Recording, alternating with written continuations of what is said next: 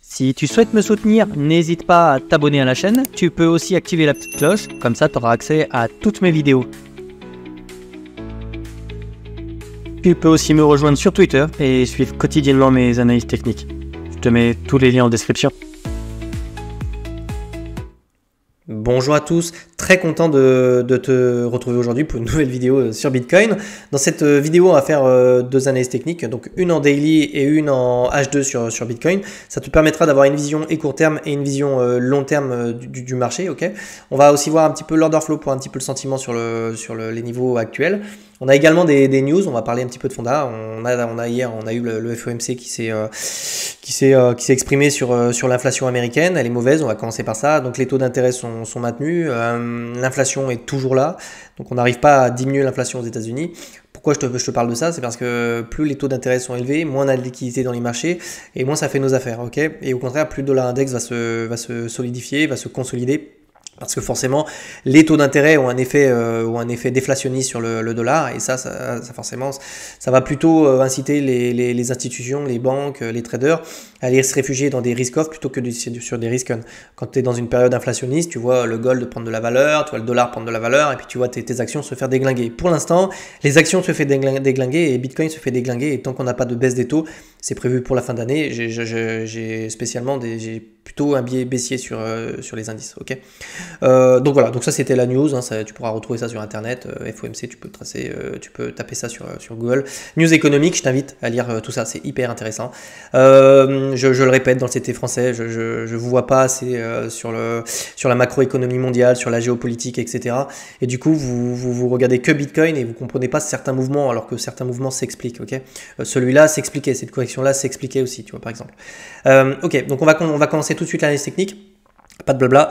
Donc ici plusieurs choses. Déjà sur le RSI, on est en train doucement de revenir on est doucement mais sûrement en train de revenir dans des zones de survente. Donc les zones de survente sont des zones intéressantes pour les traders, les institutions pour se placer. C'est ici que tu trouveras les meilleures opportunités. Et cette zone de survente, on pourrait la trouver autour des 38,2. Tu vois, regarde, je t'ai tracé les 38,2. Donc les 38,2, c'est le niveau à pas casser dans un marché haussier. Les retracements, c'est normal. On peut venir se poser sur le 38,2, mais si on le pète, on pourra considérer qu'on n'est plus sur un marché haussier. D'accord. Donc on est loin de tout ça. Et ici, on a un énorme support. Si tu regardes au niveau des 51 000 $, c'était post-ETF. Donc ici, on a eu énormément d'entrées et d'inflow dans les ETF. Donc ça aurait du sens, si tu veux, qu'on trouve un bottom dans ces niveaux-là, sur ces niveaux-là, si on y retourne. Okay. Ici, je m'attends quand même à ce qu'on retrouve un petit peu de bottom. D'autant plus que on se rapproche doucement d'une zone de survente qui est intéressante d'un point de vue spéculatif et on commence à empiler des divergences haussières. Alors attention, divergence haussière, ça veut dire que mon cours fait des plus bas ici, tu vois, en daily, tandis que sur le MACD, je suis en train de doucement ravaler. C'est-à-dire qu'en gros, le prix n'est pas en accord avec les volumes exécutés sur le marché. Okay, on a de moins en moins de volumes exécutés à la vente et pourtant le prix fait des plus bas. C'est ça une divergence haussière et donc ça peut nous laisser penser qu'on pourrait retrouver du momentum si on retrouve un petit peu de volume acheteur. Okay. Donc je l'envisage dans des zones de survente parce que c'est assez régulier, c'est assez souvent. Sache que c'est des excellentes opportunités lorsqu'on se retrouve. Souvent, beaucoup me disent mais où est-ce que je peux DCA est-ce que je DCA une fois par mois? Non. Si tu veux DCA proprement, tu mets juste RSI, tu mets ta chart ici, tu regardes les zones de survente, tu regardes si tu as des petites divergences dedans et tu passes tes ordres et tu auras juste des opportunités de dingue. Je ferai une vidéo, je pense, dessus pour vous expliquer comment DCA proprement. Dites-le moi en commentaire si ça vous intéresse. Voilà, donc tu connais mon biais. Je m'attends à ce qu'on puisse continuer à baisser un petit peu. Les 38,2 peuvent servir de support, mais on retrouve des petites choses ici qui peuvent me laisser penser que ce mouvement-là, à minima, on pourrait avoir un petit rallye contre tendance, c'est-à-dire une petite reprise haussière pour venir chercher certains niveaux sur cette baisse-là. Ok, on s'en rapproche en tout cas. Voilà, deuxième chose qui me vient à l'esprit là. Je vois ça. Il va falloir, si tu veux retrouver du momentum sur BTC, hop, je te le trace. Il va falloir je vais virer cette courbe-là. Il va falloir qu'on repasse de l'autre côté de cette traîne. Tu connais, si on veut retrouver du momentum, il faut absolument, c'est-à-dire du momentum, une structure haussière. Il va falloir que non seulement on printe une structure haussière, un petit W, tu vois, par exemple, et qu'on repasse en fait de l'autre côté de cette traîne. Et ici, on pourra commencer à parler de reprise haussière, etc. Pour moi, cette trend, il faut repasser de l'autre côté. Donc on pourrait avoir des petits mouvements comme ça de contre-tendance hein, sur ce mouvement baissier. On peut revenir chercher la trend et on peut être repoussé parce que les shorteurs se serviront de cette trend pour short le marché. Donc je m'attends à ce qu'on ait cette trend qui serve de résistance encore un petit peu. Okay. Voilà, donc il faut passer de l'autre côté de la trend et imprimer une structure de l'autre côté de la trend pour commencer à envisager des grands mouvements tendanciels aussi, etc. Okay. Mais ça pourrait se faire avec la conjonction de tout ce que je t'ai dit. La divergence haussière qui se valide, la zone de survente ici et peut-être les 38,2 et là on pourrait envisager de poser quelque chose et repasser de l'autre côté de cette trend. Pour l'instant, tant qu'on est dessous, on est sur une tendance qui est toujours baissière. Okay, voilà, en daily, je pense que j'ai fait le tour. Je vais passer en H2 pour voir si j'ai un petit peu plus de data. Alors, en daily, qu'est-ce qu'on a? Hop. On a quoi? On a ici, on a une petite divergence qui est haussière. Ok, donc je vais te la tracer. Donc ici, tu vois, sur mon indicateur de RSI, hop, je vais faire ça, tac. On voit que j'ai mes petits, je sais pas si tu les vois, mais on voit qu'ici ça fait des creux ascendants comme ça. Donc ça c'est plutôt encourageant. Ça veut dire que sur du court terme, je te parle pas de long terme, sur du court terme, on peut retrouver du momentum. Alors attention.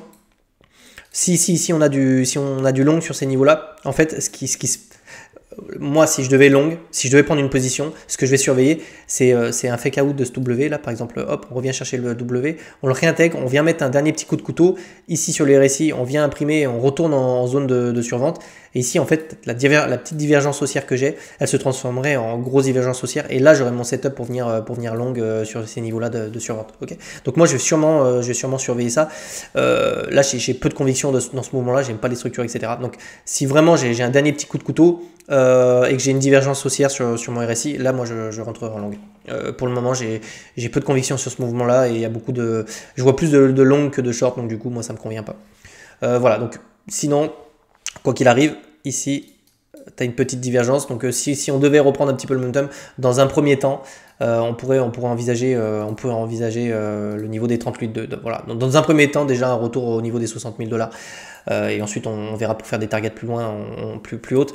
Pour le moment, les 38,2 sont probablement le premier gros niveau à venir péter sur cette divergence-là. Okay, moi, personnellement, je m'attends à ce qu'on revienne à chercher un petit peu plus bas. Mais si on n'y revient pas, sache que le premier niveau à venir chercher, c'est 59 900 $. Et ici, on pourrait y retrouver une première résistance. Okay, en ce qui concerne l'order flow, c'est pas ouf. Il me semble que c'est pas ouf. Sur l'order flow, j'ai l'impression en fait que ça cherche à buy the dip en fait. Ça cherche, à l'ongle dip. On le voit ici parce que tu vois ça, c'est à chaque fois ces trucs en forme de dents comme ça, là, tac, tac, tac, tac. C'est clairement des mecs qui rentrent en long dès qu'on tape un bottom, tu vois. Ici par exemple, on a eu un premier dip. On a eu un retour du funding positif, un dip, un funding positif, etc. Et donc là, ça le fait depuis un petit moment, et ça continue en fait. On le voit qu'ici ça continue, on a encore des longues sur ces niveaux-là, donc je pense qu'il y a de la conviction sur des retracements haussiers. C'est pas bon, il y a peu d'intérêt quand même, on va pas se mentir, c'est pas non plus incroyable. Au niveau de l'open interest, il n'y a pas énormément de positions, mais quand même, il y a quand même ce qui en ressort quand même, c'est qu'on essaye de long le couteau. Bon, il y a peu d'intérêt, mais quand même, on a un funding qui reste quand même extrêmement positif sur des niveaux de baisse comme ça. On est quand même retourné à 57 000 $, et on a quand même un funding qui est positif, donc peut-être que ce mouvement n'est pas terminé. On a liquidé quand même pas mal de longues ici et ici, c'est quand même insane. Les petits portefeuilles continuent à buy the dip. Les gros, eux, continuent à rien faire. C'est-à-dire que là, ils ont bien vendu sur la phase de distribution plus haut. Pour l'instant, ils vendent plus trop. D'où la divergence haussière en daily. En fait, on a de moins en moins de ventes de gros portefeuilles, donc automatiquement, voilà. Et ce serait intéressant d'aller voir aussi Grayscale pour voir s'ils continuent à vendre ou pas. Quoi qu'il arrive, voilà. En ce qui concerne les liquidations, tôt ou tard, je t'ai fait une vidéo sur Short Quiz, on reviendra chercher ces niveaux-là. C'est une question de temps, c'est difficile de te dire quand, mais vu les liquidités qui sont en train d'être accumulées là-haut, on reviendra, c'est énorme hein, ici, donc on reviendra les chercher tôt ou tard. Okay. Sur des plus petites UT, qu'est-ce qui se passe? Est-ce qu'on a des... Ouais, voilà, donc ici c'est tous les longs, on l'a vu juste avant, ça essaye de long le couteau. Donc ici, voilà, on peut revenir sans mal, revenir chercher un dernier petit coup de couteau là, autour, je sais pas, des 55 000, ça ferait mal ça. Ok, et là, éventuellement, on aurait un petit setup pour long le marché. Mais sur ces niveaux-là, j'ai peu de conviction. Voilà, sinon tu avais la news économique ici sur le FOMC. Donc bon, pourquoi c'est important le FOMC? Il faut savoir que dans une période inflationniste, c'est pas très bon pour les risk on pour une simple et bonne raison, c'est que les taux d'intérêt qui augmentent servent à diminuer la masse monétaire, et en diminuant la masse monétaire, ça rend le dollar index par exemple, ça rend le dollar un petit peu déflationniste, et puis ça permet de faire entrer moins de cash dans les indices. Donc pas que Bitcoin, il faut savoir qu'il n'y a pas que Bitcoin qui est concerné par cette correction, hein. Tu vas aller voir le Nasdaq, le Dow Jones et tout, on est tous concernés.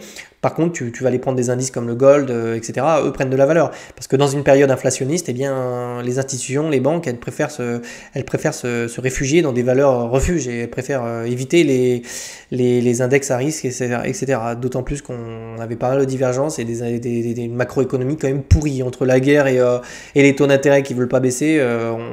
Ça fait pas nos affaires. Donc c'est pour ça que je te dis, à mon avis, on est là pour consolider encore un bon petit moment, et moi dans mon esprit, j'envisage plutôt un retour de la volatilité, et peut-être fin d'année. Je sais pas, je te dis octobre, novembre, je te dis ça comme ça, avec une possible baisse des taux. En tout cas, dès qu'on aura des news qui iront dans ce sens-là, je pense qu'à ce moment-là, on pourra éventuellement retrouver du momentum sur BTC et sur les indices. Okay, mais pour le moment, il n'y a rien de tout ça. Donc on va continuer à consolider et à corriger. Okay, peut-être tout l'été. Je sais pas. En tout cas, s'il se passe rien en mai, en juin, je serai pas spécialement optimiste. Donc l'été, en général, les marchés sont un petit peu à l'agonie.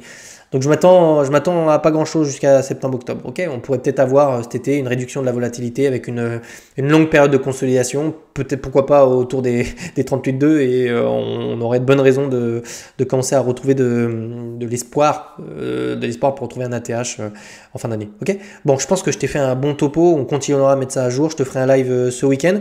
Si ça t'intéresse, la macroéconomie, l'inflation, si tu veux comprendre comment ça fonctionne, je peux te faire ça, je peux te faire une vidéo là-dessus, donc j'aimerais bien que tu me le dises en commentaire si ça t'intéresse, et puis on ira voir ça. Okay, bon, allez, je te souhaite de passer une agréable journée, je te dis à bientôt, allez, ciao.